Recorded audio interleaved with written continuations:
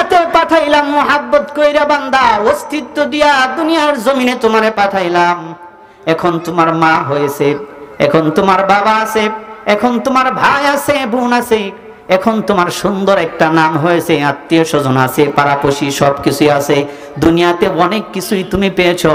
এখন তোমার সব হয়েছে রে বান্দা, কিন্তু পর হইছি আমি আল্লাহ। এখন পর কে? আবার যখন আমাদের কেউ থাকবে না, মালাকুল মউত আজরাইল যখন আমাদের জান কবজ করে নেবে, তখন আবার আপন হবে কে? তখন আবার আপন হবে আমাদের আল্লাহ। সেই জন্যই মুসলমান ভাইরা, আল্লাহকে যদি খুশি করতে পারি, রবকে যদি রব বলে দুনিয়ার জমিনে খুশি করে, রবের উপর অটল থেকে যদি দুনিয়ার জমিন থেকে বিদায় হতে পারি, না ভয় থাকবে মরণের, না ভয় থাকবে কবরে, না ভয় থাকবে হাসরের ময়দানে, অর্থাৎ বিনা হিসাবে যিনি জান্নাত দিয়ে দিবেন তিনি কে? প্রিয় ভাইরা আমার, রঙ্গরসের দুনিয়া, ঠিক কিনা? এই রঙ্গরসের দুনিয়ার ভিতরে আজকে আছি, কালকে নাই। কিন্তু মুসলমান, কার জন্য তুমি কান্দো? কার জন্য তোমার চোখের পানি? কার মায়ায় পড়ে, কার ভালোবাসায় পড়ে, কার মহাব্বতে পড়ে তুমি মালিককে বলে আসো? একবার কি তুমি চিন্তা করে দেখেছো নাকি, যখন তুমি দুনিয়ার জমিন থেকে বিদায় হয়ে যাবে, মালাকুল মউত আজরাইল যখন চোখের সামনে চলে আসবে, সমস্ত কিছু তোমার পর হয়ে যাবে, সব কিছু পর হয়ে যাবে। সেজন্যই আল্লাহ তাআলা বলছেন, ইয়া আইয়ুহাল ইনসান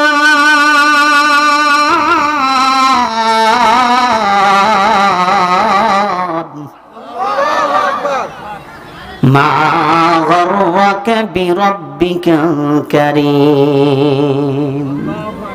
আল্লাহ তাআলা বলছেন, ও দুনিয়ার মানুষ, কিসের মায়ায়, কিসের মহাব্বতে, কিসের ভালোবাসায় পড়ে আমি মালিককে বলে আসো? কোন জিনিসের দোকায় পড়ে, কোন জিনিস আমি মালিকের কাছ থেকে তোমাদেরকে আলাদা করে রাখলো? মুসলমান ভাইরা আমার, রঙ্গরসের দুনিয়া। সেই জন্যই কবি বলেন, রঙিন এই পৃথিবী ছাড়িতে হইবে, সাদের দেহ মাটি যে খাইবে, শূন্য হইবে জিন্দেগানি, কার লাগিয়া এত মায়া, এত চোখের পানি। ঠিক কিনা? আওয়াজ দিয়ে বলে, কার লাগিয়া এত মায়া, এত চোখের পানি। সন্ধ্যা হলেই ডুবিবে বেলা, সন্ধ্যা হইবে ভোরেরই মেলা। ঠিক কিনা বলেন?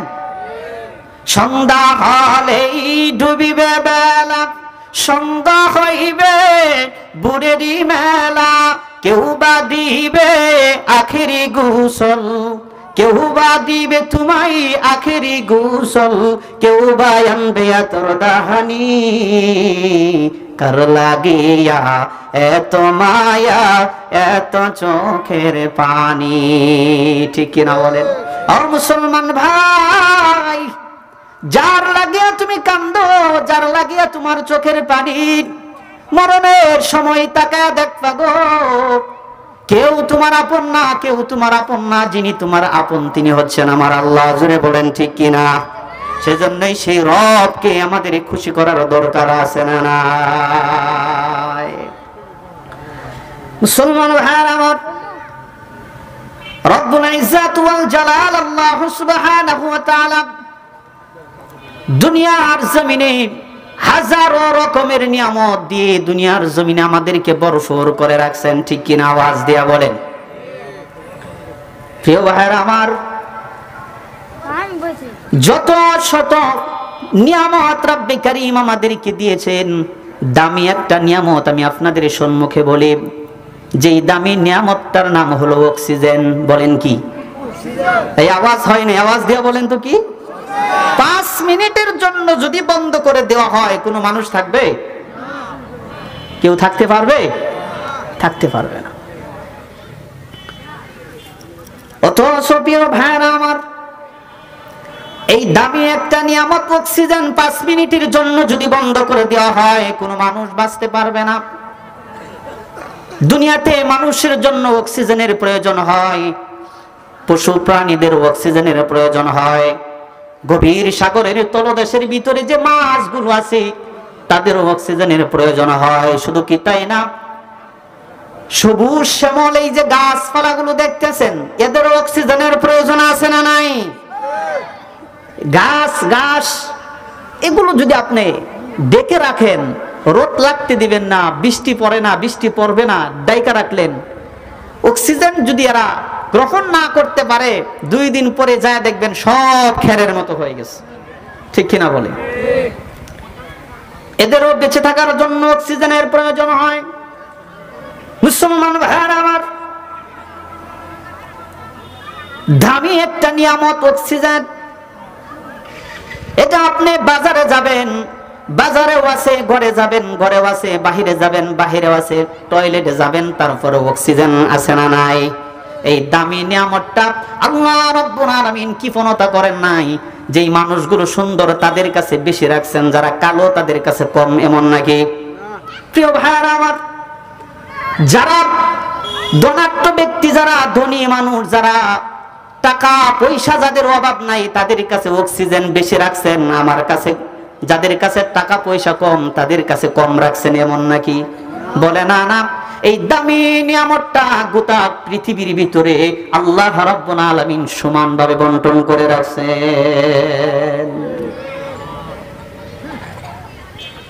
আজকে যদি এই দামি নিয়ামতটা এটা আল্লাহ তাআলার হাতে যদি নিয়ন্ত্রণ না রাখতেন, যদি মনে করেন যে দেশের প্রেসিডেন্ট যারা হবে, যারা দায়িত্বে থাকবে, তাদের কাছে এই দামি নিয়ামত রাখবে, তাহলে বিরোধী দল একটাও থাকতে পারতো, বাঁচতে পারতো?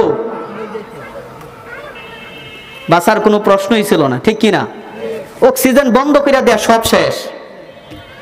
কিন্তু এই দামি নিয়ামতটা কন্ট্রোল করেন কে? আল্লাহ তাআলার হেফাজতে এই দামি নিয়ামতটা রেখে দিয়েছেন। কোন জায়গায় কম, কোন জায়গায় বেশি, এরকম না। ধনী মানুষের কাছে বেশি থাকবে, গরিব মানুষের কাছে কম থাকবে, এমনটা না। কালো মানুষের কাছে কম থাকবে, সুন্দর চেহারাওয়ালা মানুষদের কাছে বেশি থাকবে, এমনটা নয়। এই দামি নিয়ামতটা আল্লাহ সুবহানাহু ওয়া তাআলা সকলের কাছেই সমানভাবে বন্টন করে রাখছেন। সুবহানাল্লাহ।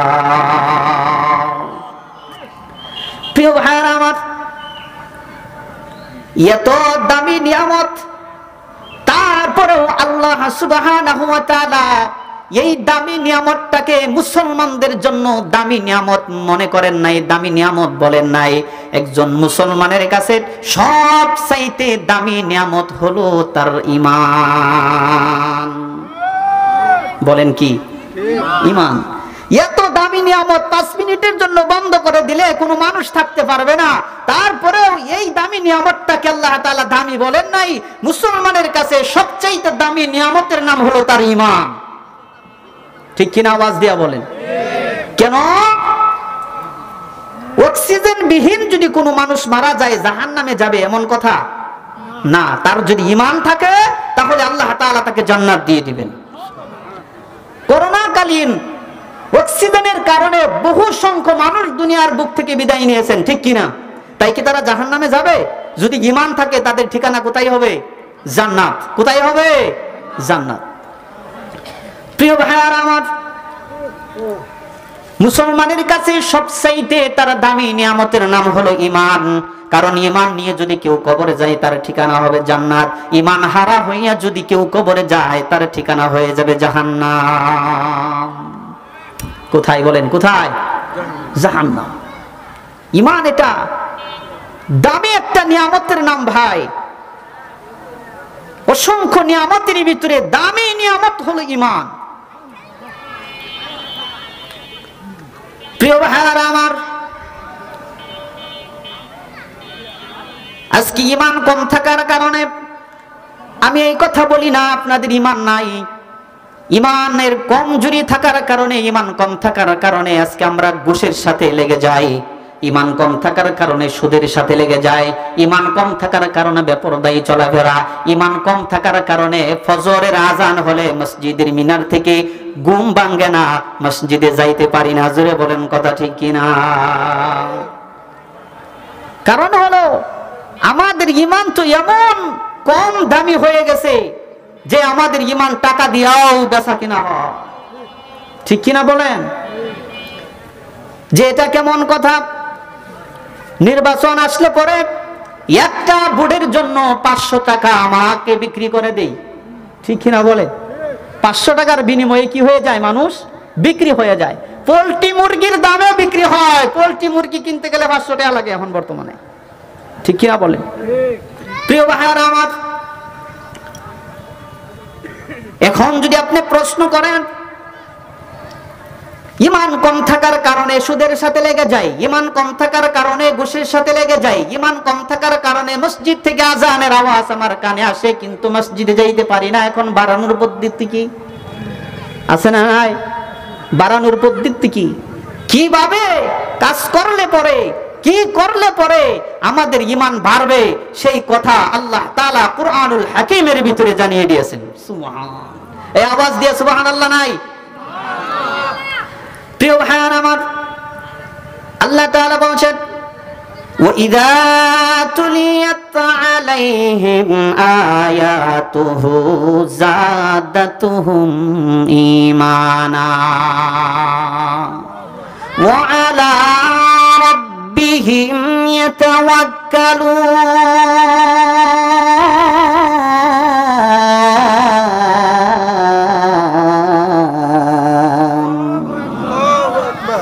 আপনাদের আল্লাহু আকবার আওয়াজে বোঝা যায় 3 দিন ধরে না খাওয়া। ঠিক কিনা? শরীরটা গরম করেন। লিল্লাহি তাকবীর, লিল্লাহি তাকবীর। জবান থেকে আওয়াজ আমাদের বাহির হয় না, বন্ধ হয়ে গেছে। ওই যে অভ্যাস আগে থেকে শুরু হয়ে আসছে, বছর তো আর কম গেছে না, নাকি? প্রিয় ভাইরা আমার, ওয়াইযা তুলিয়াত আলাইহিম আয়াতুহু যাদাতুহুম ঈমানা। কার কথা? আল্লাহ তাআলা বলছেন তোমাদের সম্মুখে যখন কুরআনুল কারীমের তেলাওয়াত হয় এবং তোমরা যারা কুরআনুল কারীম তেলাওয়াত করবা, কোরআন যারা পড়ে তাদেরকে মহব্বত করবা, কোরআন যারা পড়ায় তাদেরকে ভালোবাসবা, তাদেরকে মহব্বত করবা। উলামায়ে কেরামকেও ভালোবাসলেও পড়ে ঈমান যিনি বাড়ায়া দেন তিনি কে? ঈমান বাড়বে না, ঈমান ঈমান। এখন যদি প্রশ্ন করেন কতটুকু ঈমান বাড়বে, আল্লাহ সুবহানাহু ওয়া তাআলা বলেছেন ওয়া আলা রাব্বিহিম ইয়াতাওয়াক্কালুন।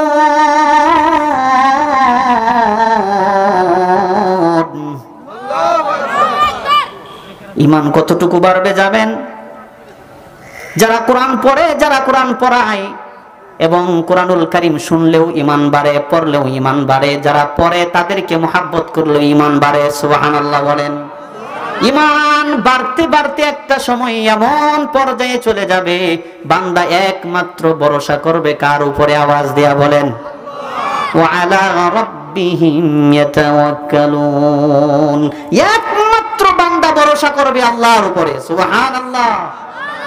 কারণ মুসলমান ভাইরা আমার, যাদের ঈমান আছে, ঈমানওয়ালা ব্যক্তি কোনদিন মাজারের উপর ভরসা করবে না। ঠিক কিনা বলেন? যাদের ঈমান আছে, ঈমানওয়ালা ব্যক্তি কোনদিন গাজার উপর ভরসা করবে না, দোকানের উপর ভরসা করবে না, ক্ষেতের উপর ভরসা করবে না, ব্যবসার উপরে ভরসা করবে না, কোনো মানুষের উপর ভরসা করবে না। ঈমানওয়ালা মানুষদের জন্য আমার আল্লাহ তাআলা যথেষ্ট কিনা? ঈমানওয়ালা মানুষদের জন্য আল্লাহ যথেষ্ট। ভরসা করবে একমাত্র আল্লাহ তাআলার উপরে। ঠিক কিনা বলেন?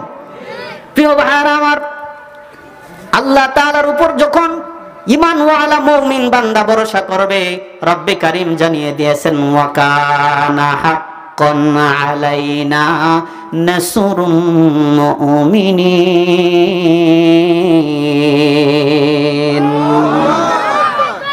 আল্লাহ তাআলা বলেন ঈমানওয়ালা ব্যক্তিদেরকে, মুমিন বান্দাদের তাদেরকে আমি আল্লাহ তাআলা যখন তারা আমার উপর ভরসা করবে, বিপদে পড়ে যাবে, মুসিবতে পড়ে যাবে, তাদেরকে সাহায্য করা আমি আল্লাহর উপর ওয়াজিব হয়ে যাবে। সুবহানাল্লাহ। সেজন্যই ভরসা করব কার উপরে?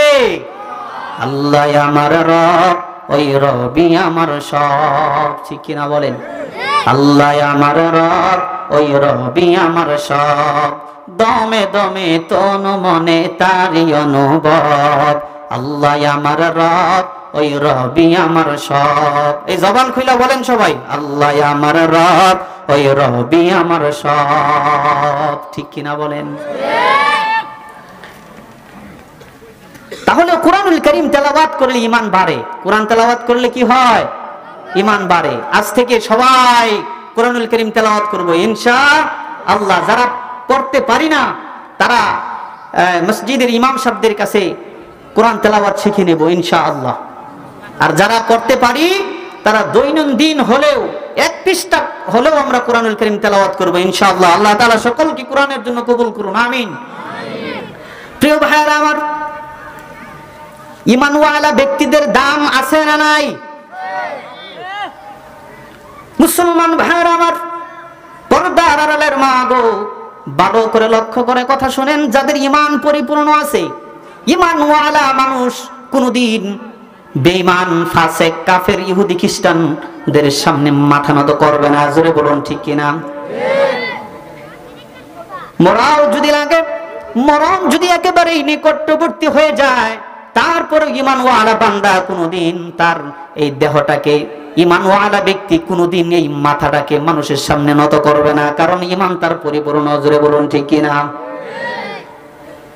সাহাবায়ে কেরামদের ইতিহাসের ভিতরে যদি লক্ষ্য করা যায়, সাহাবায়ে কেরামদের সম্মুখে দুনিয়া তুলে ধরা হয়েছে। দুনিয়া, সাহাবায়ে কেরামদেরকে দুনিয়া লোভ দেখানো হয়েছে, নারীদের লোভ দেখানো হয়েছে, সম্পত্তির লোভ দেখানো হয়েছে। তারপরেও কোনদিন কাফের বেঈমানদের সামনে মাথা নত করে নাই, মাথা নত করে নাই। নির্যাতন, কষ্ট, অত্যাচার, আঘাত, সাহাবায়ে কেরামদেরকে বিভিন্ন ভাবে নির্যাতন করা হয়েছে, আঘাত করা হয়েছে। তারপরেও বেঈমানদের সামনে মাথা নত করে নাই। অসংখ্য ইতিহাস ঘটনা আমাদের সম্মুখে হাজির।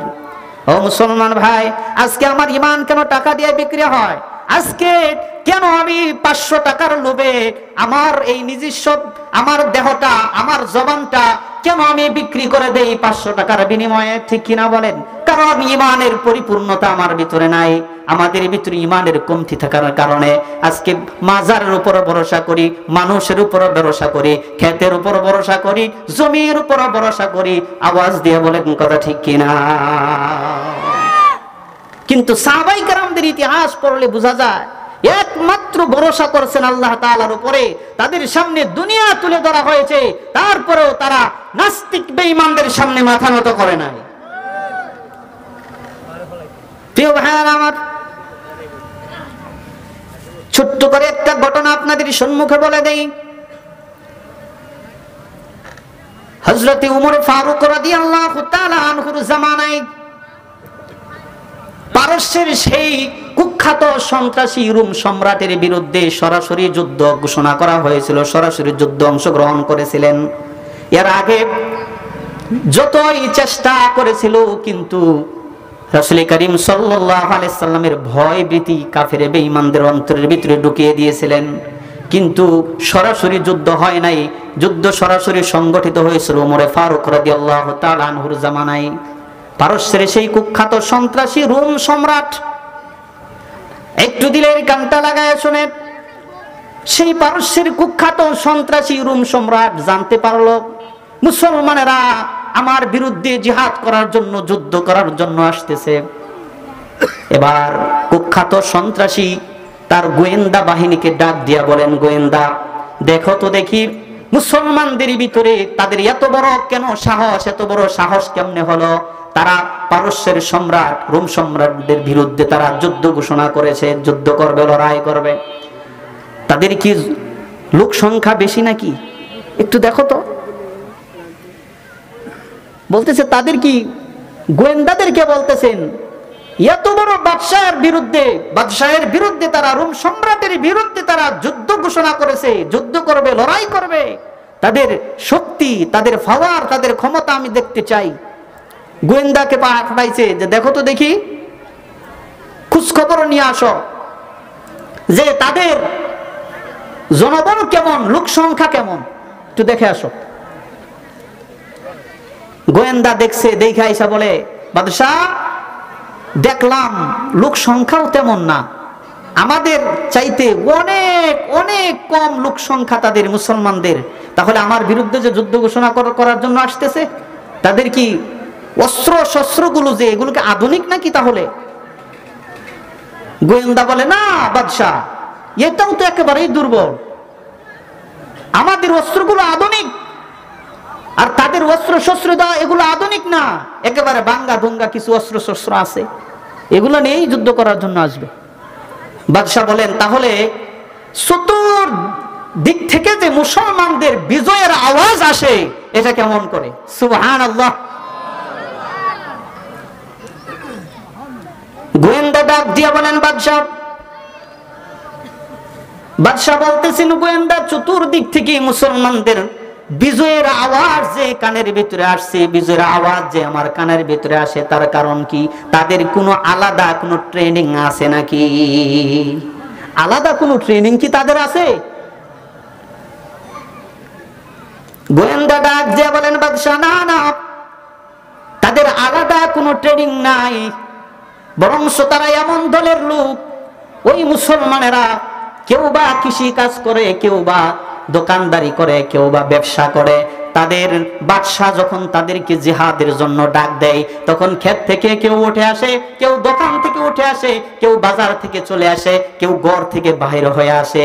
ও বাদশাহ, আমাদের সেনা সৈন্যরা, আমাদের সেনা যারা আছে তারা তো জিহাদের ময়দানে শুধু জয়লাভ করার জন্য যায়। যদি পরাজয়ের আওয়াজ তাদের কানের ভিতরে আসে, তারা পলায়ন করে চলে আসে। কিন্তু ঈমানওয়ালা মুসলমান যারা ঈমান আনছে, যারা মুসলমান, তারা জিহাদের ময়দানে শুধু শুধু জয়লাভ করার জন্য আসে না, শাহাদাত বরণ করার জন্য জিহাদের ময়দানে অংশগ্রহণ করে। প্রিয় ভাইরা আমার, বাদশাহ ডাক দিয়া বলেন এ কথা, হ্যাঁ এরা শাহাদাত বরণ করার জন্য জিহাদের ময়দানে অংশগ্রহণ করে। সুবহানাল্লাহ। বাদশাহ ডাক দিয়া বলেন গোয়েন্দা, যুদ্ধের ফলাফল যাই হোক না কেন, যুদ্ধের ফলাফল যাই আসুক না কেন, মুসলমানদের একটা দল, একটা গ্রুপ ধরে আমার কাছে নিয়ে আসবে, আমি তাদের ঈমানের পরীক্ষা করতে চাই। কি করবে? ঈমানের পরীক্ষা করবে। সুবহানাল্লাহ আওয়াজ দিয়ে বলেন না ভাই, ঈমানের পরীক্ষা করবে বাদশাহ। অনেক লম্বা ঘটনা।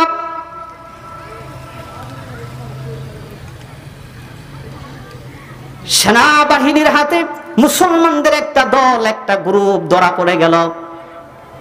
হতে পারে আল্লাহ রাব্বুল আলামিন এর ভিতরে হিকমত লুকায়া রাখছেন। রব্বে কারীম মুসলমানদের ঈমানি পরীক্ষা, ঈমানের পাওয়ার বাদশার সামনে উপস্থাপন করার জন্যই হতে পারে রব্বে কারীমের ভিতরে হিকমত ঢুকিয়ে দিয়েছেন। বাদশার সামনে নিয়ে যাওয়া হলো। কত কত বর্ণনায় আছে যে 17 জনের একটা গ্রুপ, একটা দল, কত বর্ণনায় আছে 40 জনের একটা দল বাদশার সামনে হাজির করা হয়েছে, মুসলমানদের একটা দল। ওই মুসলমানদের ভিতরে সেনাপতিত্ব যিনি করছিলেন, সেনাপতির দায়িত্ব যিনি পালন করছিলেন, তার নাম হলো আব্দুল্লাহ ইবনে হুযায়ফা। নাম কি বলেন? আব্দুল্লাহ ইবনে হুযায়ফা রাদিয়াল্লাহু তাআলা আনহু। মুসলমান ভাইরা আমার, বাদশাহের দরবারে শতে শতে মানুষ উপস্থিত, মুসলমানদের দল, মুসলমানদের গ্রুপ, কিছু মুসলমানকে তার সামনে যখন হাজির করা হয়েছে, বাদশাহ মনে মনে যা কল্পনা জল্পনা করে রাখছে, আর উপস্থিত লোকজন তো মনে করছে যে এরা আসার পরেই বাদশাহ হুকুম দিয়ে দিবে এদেরকে মৃত্যুদণ্ড দেওয়া হোক, ঠিক কিনা? কারণ তৎকালীন সময়ের ভিতরে সুপার পাওয়ার, কুখ্যাত সন্ত্রাসী, যার বিরুদ্ধে কথা বলার সাহস কারো নাই, আর মুসলমানের সামান্য একটা দল, একটা গ্রুপ সেই বাদশাহের বিরুদ্ধে তারা যুদ্ধ ঘোষণা করার জন্য প্রস্তুত নিয়েছে, যুদ্ধ করবে। আর এদেরকে বাদশা কি এমনি ছেড়ে দিবে? না। প্রিয় ভাইরা আমার, কিন্তু বাদশা যখন ওই মুসলমানদেরকে বাদশাহের সামনে যখন আনা হলো, বাদশা ডাক দিয়া বলেন, তোমাদের লিডারকে, তোমাদের দলের ভিতরে সেনাপতিকে, তোমাদের লিডারকে? আব্দুল্লাহ ইবনে হুযায়ফা টকবকে একটা যুবক দাঁড়িয়ে গেছেন, আমি দলের লিডার। সুবহানাল্লাহ আওয়াজ দিয়া বলে। চেহারাটা বড় সুন্দর, মারাত্মক চেহারা, সুন্দর টকবকে একটা যুবক ডাক দিছে, এদিকে আসো। সুবহানাল্লাহ। সমস্ত দরবারের লোকজন গুলো তাকায় রয়েছে। এই তো মনে হয় বাদশা ফাঁসির আদেশ দিয়ে দিবে, মৃত্যুদণ্ডের আদেশ দিয়ে দিবে, কিন্তু না। বাদশার যেই চেয়ারে বসেছিল সেই চেয়ারের সাথে আরেকটা চেয়ার দিয়া আব্দুল্লাহ ইবনে হুযায়ফাকে চেয়ারে বসিয়ে দিয়েছে। প্রিয় ভাই আমার, সকল মানুষগুলো তাকায় রয়েছে, এটা কিভাবে সম্ভব? বাদশা ডাক দিয়া বলেন, ও আব্দুল্লাহ ইবনে হুযায়ফা, তোমার চেহারাটা বড় সুন্দর, তোমাকে আমার বড় ভালো লেগেছে, পছন্দ হয়ে গেছে, তোমাকে আমি ভালোবাসি। কিন্তু আমি এবং তোমার মাঝখানে দেওয়াল হয়ে যেই জিনিসটা দাঁড়িয়ে আছে সেটার নাম হলো ঈমান। সেটার নাম কি বলেন? আওয়াজ দিয়া বলেন, সেটার নাম কি? ও আব্দুল্লাহ, ঈমানটা যদি ছেড়ে দাও, কালেমা যদি ছেড়ে দাও, তাহলে শুধু আমি এই পারস্যের রোম সম্রাট শুধু তোমাকে ভালোই বাসবো এই কথা না, আমার যে রাজত্ব আছে সমস্ত রাজত্বের আদা মালিকানা আমি তোমার নামে করে দেব। কি করে দিবে? রাজত্ব, আদা রাজত্ব করে দেবে। শুধু কি তাই না, আব্দুল্লাহ ইবনে হুযায়ফাকে ডাক দিয়া বলেন, ও আব্দুল্লাহ, শুধু রাজত্বের মালিক তোমারে বানাবো তা না, আমার একটা মাত্রই কন্যা সন্তান আছে, আমার আর কোনো সন্তান নাই। এই সন্তানটাকে, আমার এই কন্যাটাকে তোমার কাছে বিবাহ দিব। আমি মারা যাবার পরে এই পারস্যের সমস্ত সম্পত্তির মালিকানা তুমি হয়ে যাবা। পুরস্কারটা কি কম নাকি? হ্যাঁ, যে প্রলোভন দেখাইছে এটা কম নাকি? মালিকানা, রাজত্ব, আবার সুন্দরী রূপসী কন্যা। বাদশা ডাক দিয়া বলে, বিভিন্ন কান্ট্রি থেকে কত রাজা বাদশার ছেলেদের বিয়ের প্রস্তাব আমার মেয়ের জন্য আসে, আমি রাজি হই নাই রে আব্দুল্লাহ। তুমি যদি রাজি থাকো, আমার মেয়েকে তোমার কাছে বিবাহ দিতে চাই, কিন্তু শর্ত হলো একটা রে আব্দুল্লাহ, তোমাকে অবশ্যই ঈমান ছেড়ে দিতে হবে, কালেমা ছেড়ে দিতে হবে। জোরে বলুন নাউজুবিল্লাহ। টকবকে যুবক আব্দুল্লাহ লাফ দিয়ে দাঁড়িয়ে গেছেন, পারস্যের লাল কুত্তা। আব্দুল্লাহ ইবনে হুযায়ফার চোখ গরম হয়ে গেছে। বাদশাকে ডাক দিয়া বলেন, ও বাদশা, ও পারস্যের লাল কুত্তা বাদশা, তুমি শুধু আমার এই রাজত্ব কেন, তোমার রূপসী সুরসী কন্যা কেন, তাম পৃথিবীটা যদি আমার হাতের মুঠোয় দেওয়া হয়, একটা বারের জন্য আমি ঈমান ছাড়তে রাজি না। একটা বারের জন্য আমি ঈমান ছাড়তে রাজি না। আমি তোমার সামনে মাথা নত করতে পারবো না। বাদশা রাগান্বিত হয়ে ঘরে চলে গেছে। এত বড় দুঃসাহস, আমার বিরুদ্ধে যুদ্ধ করার জন্য আসছে, আমি এত বড় অফার গুলো দিলাম, সেগুলো গ্রহণ না করে আমার সাথে রাগান্বিত হয়ে গেছে। তার ঈমানের কত বলিয়ান, ঈমানের কত পাওয়ার আজকে আমি দেখিয়ে ছাড়ব।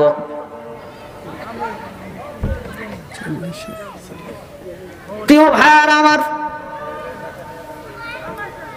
বাদশা তার লোকজনদেরকে ডাক দিয়া বলেন, আব্দুল্লাহ ইবনে হুযায়ফাকে শাস্তি দেওয়া হবে, কঠিন শাস্তি, কঠিন থেকে কঠিন শাস্তি। কি শাস্তি দিবে? কি শাস্তি দিবে? কিতাবের ভিতরে আসছে মুসলমান ভাইরা আমার, সর্বপ্রথম আব্দুল্লাহ ইবনে হুযায়ফা রাদিয়াল্লাহু তাআলা আনহুকে একটা ঘরের ভিতরে বন্দী করে রাখছে। কোথায়? ঘরের ভিতরে বন্দী করে রাখছে। রাতের বেলায় দেশের রূপসী সুন্দরী রমণীদেরকে ঘরের ভিতরে ঢুকিয়ে দিয়েছেন, তার ঈমানের পরীক্ষা করবে। বলেন তো দেখি, অন্ধকারের রজনী রমণীদেরকে ঘরের ভিতরে ঢুকিয়ে দেওয়া হয়েছে। রাত্রে বেলায় আব্দুল্লাহ ইবনে হুযাফা রাদিয়াল্লাহু তাআলা আনহু নামাজে দাঁড়িয়ে গেছেন। সুবহানাল্লাহ, নামাজের ভিতরে দাঁড়িয়ে গেছেন মুসলমান।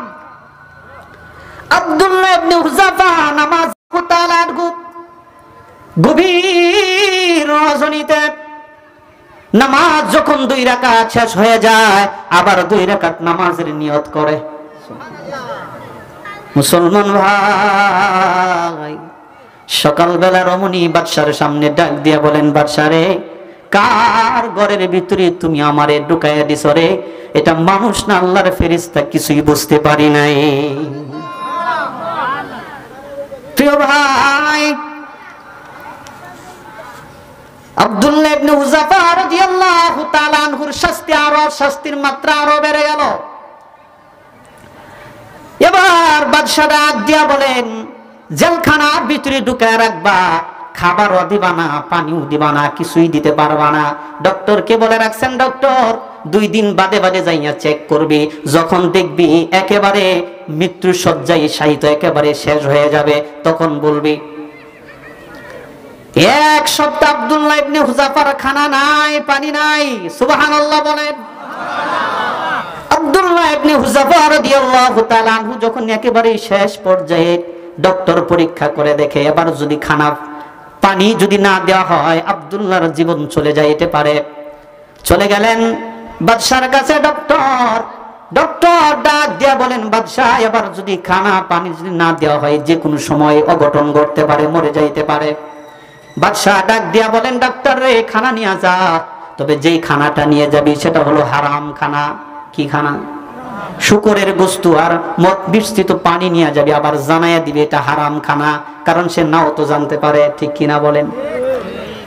মুসলমান ভাইরা রে আমার, আব্দুল্লাহ ইবনে হুযাফার সম্মুখে 7 দিনের অনাহারে না খাওয়া আব্দুল্লাহ, বাদশা যখন তার কাছে খানা, বাদশার ডক্টর যখন তার কাছে খানা পৌঁছে দিলেন, বলে দিলেন, আব্দুল্লাহ রে, না খাওয়ার কারণে একেবারেই দুর্বল হয়ে গেছে, আব্দুল্লাহ নেও তোমার খানা হাজির। বলে কি খানা? বলে মদ মিশ্রিত পানি আর শুকরের গোশত তোমার জন্য নিয়ে আসছি। বলেন তো দেখি, মুসলমানদের জন্য হালাল না হারাম? প্রিয় ভাই আমার, মুসলমানদের জন্য এটা হারাম, হারাম। আব্দুল্লাহ ডাক দিয়া বলেন, ডাক্তার, জলদি করে আমার সম্মুখ থেকে, আমার সামনে থেকে এই খানা নিয়ে যা, নচেৎ তো লাঠি মেরে খানা ফেলে দেব। আওয়াজ দিয়ে বলেন সুবহানাল্লাহ। ব্যর্থ হয়ে গেল ডাক্তার। এবার বাদশা আরো রাগান্বিত হয়ে গেলেন। অনেক লম্বা ঘটনা, আমি অল্প শর্ট করে আপনাদের সম্মুখে বলে দেই। মুসলমান ভাই, আব্দুল্লাহ ইবনে হুযাফার শাস্তির মাত্রা আরো বেড়ে গেল। এবার বাদশা ডাক দিয়া বলেন, এদেরকে তুল গরম করো, গরম তেলে ফেলে এদেরকে দুনিয়া থেকে বিদায় করে দেওয়া হবে। তুল গরম করা হলো। আব্দুল্লাহ ইবনে হুযাফা 7 দিনের না খাওয়া আল্লাহর রাসূলের সাহাবী আব্দুল্লাহ ইবনে হুযাফা, বন্ধুরে, ভালো করে হাঁটতে পারে না, 2 জনের কাঁধে ভর করে গরম তেলের সামনে নিয়ে আসা হয়েছে। আব্দুল্লাহ ইবনে হুযাফা, বাদশা ডাক দিয়া বলেন, আব্দুল্লাহ রে, একটা বারের জন্য তুমি যদি কালেমা ছেড়ে দাও, ঈমানটা যদি ছেড়ে দাও রে আব্দুল্লাহ, তাহলে এই শাস্তি থেকে আমি তোমারে মুক্তি দিয়া দেব। তোমাকে মরা লাগবে না, আমার পারস্যের আধা রাজত্ব তোমারে দিয়া দিব, আমার মেয়েটাকে তোমার কাছে বিবাহ দিয়া দেব। আব্দুল্লাহ রে, একটু চিন্তা ভাবনা করে দেখো। আব্দুল্লাহ ডাক দিয়া বলেন, ও বাদশা, জীবন চলে যাবে রে, কাফের বেঈমানদের সামনে মাথা নত করব না। প্রিয় ভাই আমার, আব্দুল্লাহ ইবনে হুযাফা রাদিয়াল্লাহু তাআলা আনহুকে যখন গরম তেলের সামনে নিয়ে আসা হলো, বাদশা ডাক দিয়া বলেন, জেলখানা থেকে মুসলমান কয়েদি নিয়ে আসো। একটা কয়েদি আনা হলো। মুসলমান গরম তেলে নিক্ষেপ করে মুহূর্তের ভিতরে একেবারে শেষ করে দিয়েছে। শাহাদাতের অমীয় প্রাণ করে ওই সাহাবী আল্লাহ তাআলার জান্নাতবাসী হয়ে গেছেন। সুবহানাল্লাহ। আব্দুল্লাহর সামনে ঘটনা হচ্ছে। আব্দুল্লাহ ইবনে হুযাফা রাদিয়াল্লাহু তাআলা আনহু তাকায় দেখে। এবার বাদশাহ যখন ডাক দিয়া বললেন, যাও আব্দুল্লাহকেও নিয়ে যাও, গরম তেলে নিক্ষেপ করে দুনিয়া থেকে বিদায় করে দাও। ও মিয়া, আব্দুল্লাহকে যখন দুইজনের কাঁধে ভর করে গরম তেলের সামনে নিয়ে যাইতেছে, আব্দুল্লাহর চোখের ফুটাগুলো জর্জর করে মাটিতে পড়তেছেন, চোখে পানি। দুইজনে তাকায় দেখে আব্দুল্লাহ কান্দে, মনে হয় মরণের ভয়ে আব্দুল্লাহ কাঁদতেছে। বাদশার কাছে একটু সংবাদটা পৌঁছাইয়া দেই, দেখি তো শেষবারের মতো অফার দিয়ে দিলে রাজি হয় কিনা। চলে গেলেন বাদশাহ। আব্দুল্লাহ ইবনে হুযাফা কান্দে, মনে হয় মরণের ভয় তার দিলের ভিতরে জেগেছে। এখন আপনি একটু অফার দিয়ে দেখতে পারেন, বলে দেখতে পারেন। আব্দুল্লাহ ইবনে হুযাফাকে ডাক দিয়া বলেন, আব্দুল্লাহ রে কান্দো কেন? বুঝি মরণের ভয় হয়েছে? আল্লাহু আকবার আওয়াজ দাও। মনে হয় মরণের ভয় তোমার দিলের ভিতরে আসছে। আব্দুল্লাহ ডাক দিয়া বলেন, বাদশা রে, না রে না, মরণের ভয় মরণের টেনশন আমি করি না। আমি তো এই জন্য কাদিরে বাদশা,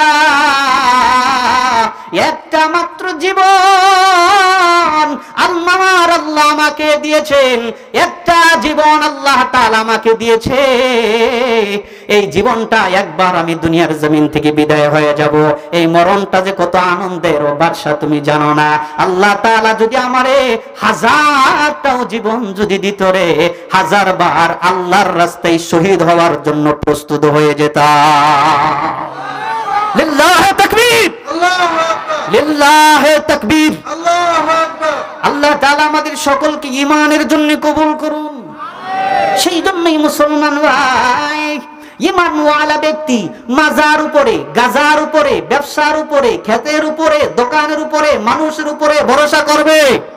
আওয়াজ দিয়া বলেন করবে?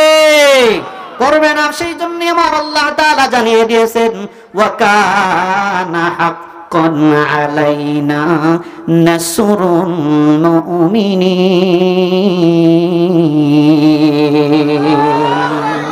মুমিন বান্দাদেরকে, ঈমানদার বান্দাদেরকে, মুসলমান বান্দাদেরকে সাহায্য করা আমি আল্লাহর উপর ওয়াজিব হয়ে যায়। সুবহানাল্লাহ। ঈমানের পথে অটল থাকবো তো ইনশাআল্লাহ? ইনশাআল্লাহ। আল্লাহ তাআলা কবুল করুন, সকলে বলুন আমিন। আমাদের মুফাসসির সাহেব চলে আসছেন, উনি কথা বলবেন। যতটুকুন সময় পেয়েছি রব্বি করিম আমাকে সহ আপনাদের সকলকে আমল করার তৌফিক দান করুন, আমলিয়াতের জিন্দেগি গঠন করার তৌফিক দান করুন। ওয়া মা আলাইনা ইল্লাল বালাগ। পরবর্তীতে কোনো সময় হলে ইনশাআল্লাহ বলার চেষ্টা করব। আসসালামু আলাইকুম।